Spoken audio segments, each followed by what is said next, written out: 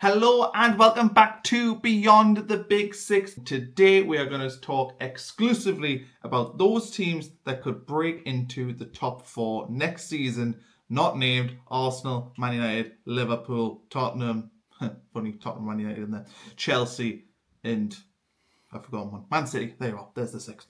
Today we're going to talk about the teams that could break into that because last season the top four was taken up by four of the big six teams. Nottingham Forest flirted with it. Newcastle looked like they were going to get in and then knocked it up on the final day of the season, though they did still get Champions League football, so well done Newcastle. Aston Villa, again, they flirted with it, nearly got in there towards the end of the season, were cruelly undone in their eyes, and to be fair, the majority's eyes, on the final day of the season. So today we're going to look at the teams who could break in this season and what are the pros and cons of whether or not they can actually do it. The obvious place to start is Newcastle United. Now, there is a lot of talk and chatter about Newcastle United right now. When this video comes out, maybe the Alexander Isak situation is resolved. Maybe he signs a new deal and he stays. Maybe he goes to Liverpool and Newcastle get £150 million and can spend it on whatever they want. But there's other things to look at for Newcastle in terms of the top four. Last season, they finished 5th.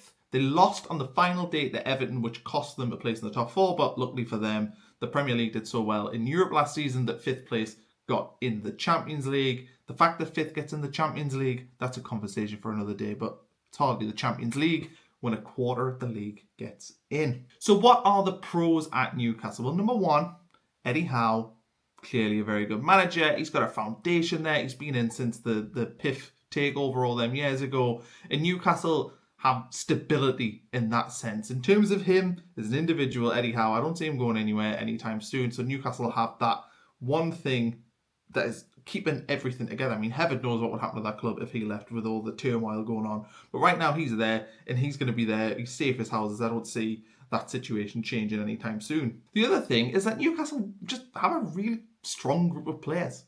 Like fundamentally, you look at their 11 that they can play when everyone's fit, and you would look and say, that's a really good team. They've added in Anthony Alanga, which has just taken that up another notch, although Jacob Murphy has been really, really good for Newcastle. But that's by the by. Newcastle, though, overall, really strong team. Losing Alexander Isak, that's a massive question mark. They need a striker anyway, because Callum Wilson's left. They don't really have, I mean, I've got a Sula who's a backup, but I don't think he's ready yet. So you look at that Newcastle team, and basically, they're a centre-back short, they're potentially a goalkeeper short, and they're potentially two strikers short, one being a big name and the other being sort of a cover striker. But overall, there's good bones to that Newcastle team. So that there's not a lot to worry about, really, with that 11, with the caveat of Isak potentially leaving. Newcastle also have PSR headroom, irrespective of what happens to Alexander Isak. Newcastle can spend money this summer. So they will add players from now to the end of the transfer window. Maybe I'm naive, but I believe Newcastle will sign the required players that they need to, field a pretty strong team in the Premier League, be able to cope with the rigours of the Champions League. I think Newcastle have shown the transfer business in the last few years has been questionable because of PSR. But right now, I think Newcastle will get the players that they need, and they've certainly got the transfer money to spend and get in those relevant players, irrespective of what happens with Alexander Isak. But what are the cons with Newcastle United right now? So the massive one, and we've talked about him already, is Isak. What happens with him? Can you replace a striker who is that good? Probably not. But can they find somebody who can score 10, 15 goals in the Premier League? Probably yes. And they'll probably, other players will step up. And he's not necessarily replaceable because he's such a good player, but it's possible that Newcastle will be able to find the goals that they need throughout the season. Behind the scenes at Newcastle is messy at the moment, so that's a con. Just is, and there's not really much else needs to be said about that. And do they have the depth to compete in the Premier League at a top 4 level and the Champions League with 8 games? Last time they were in the Champions League, there was only 6 games, now there's 8. Newcastle also have done pretty well in the cup competitions in recent years. Obviously won the Carabao Cup, so they have many dishes to juggle throughout this season, and that could be the thing that gets them unstuck fundamentally. Is if it was a 38 game season and they didn't have anything else to worry about, Newcastle probably could get into the top 4.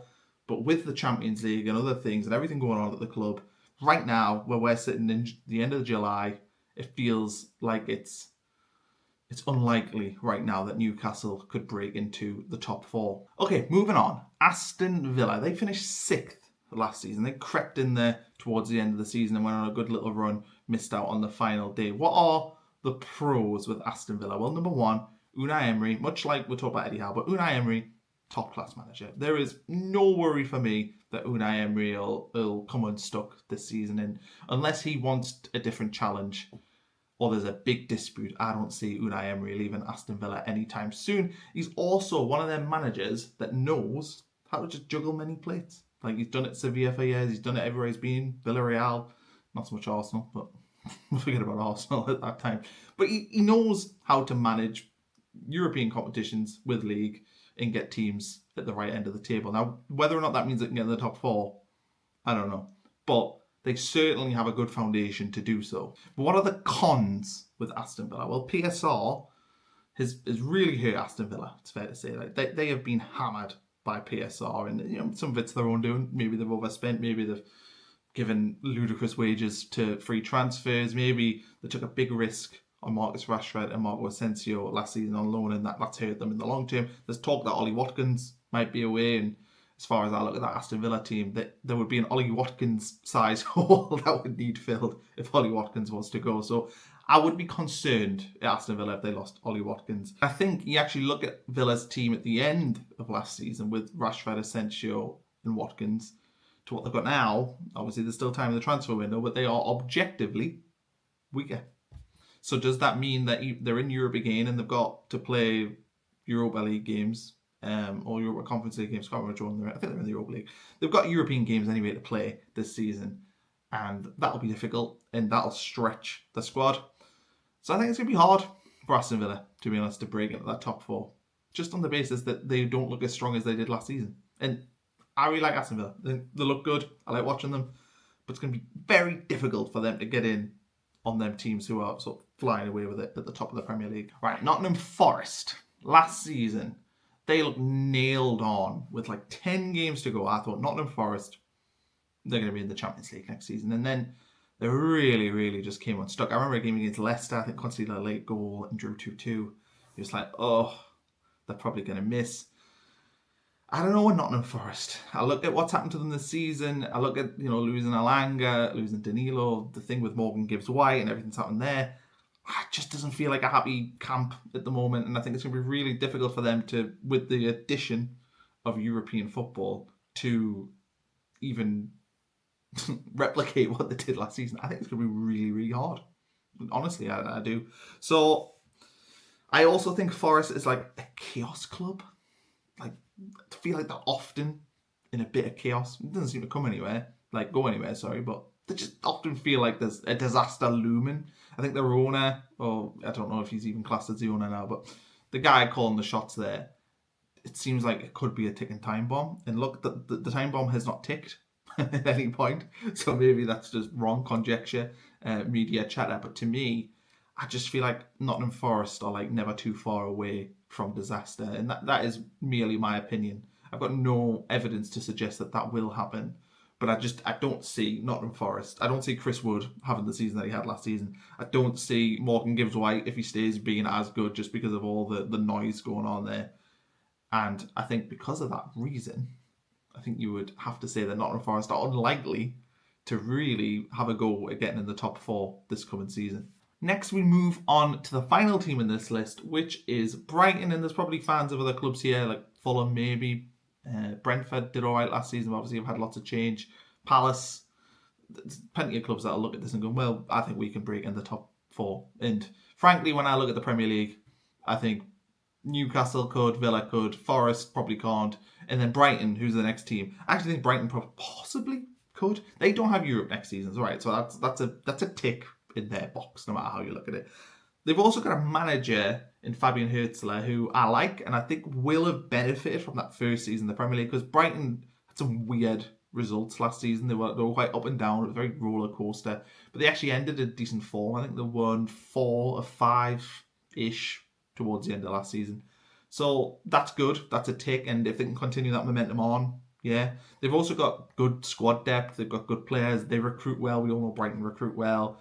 And, you know, that there's players that you may not look at as being potential stars for them who very well could be stars for them. So I don't have reservations about their recruitment and what they're doing in that department. Even losing like João Pedro, they will find a way of replacing João Pedro, so I'm not worried there. But I think the one con, if I was to look at Brighton and I'd just say, like, I feel like they've been in this position for like a while where I look at them and go, you could do something here. You could maybe get in the top 4.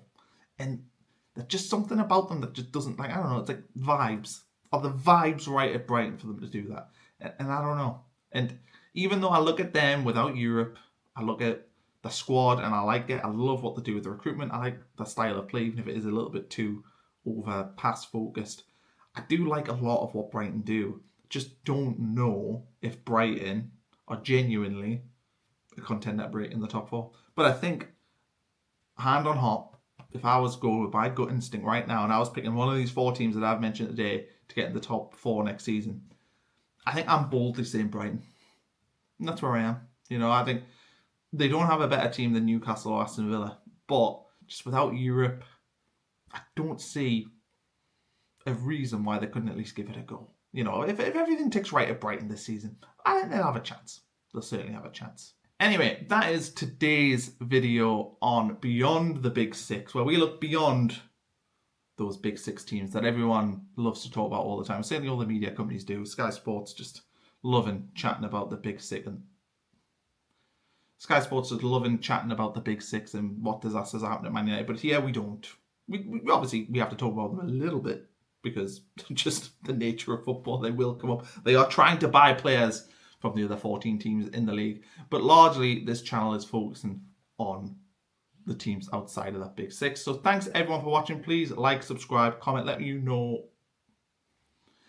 know what you think about my predictions in terms of Brighton potentially being the one to break in, but also let me know if there's a Premier League team that you think can break into the top 4 this season and break up that, hopefully not a monopoly, but after one season, and I just look at the gap that's growing, potentially a monopoly going forward. But anyway, let me know what you think. I'll catch you next time.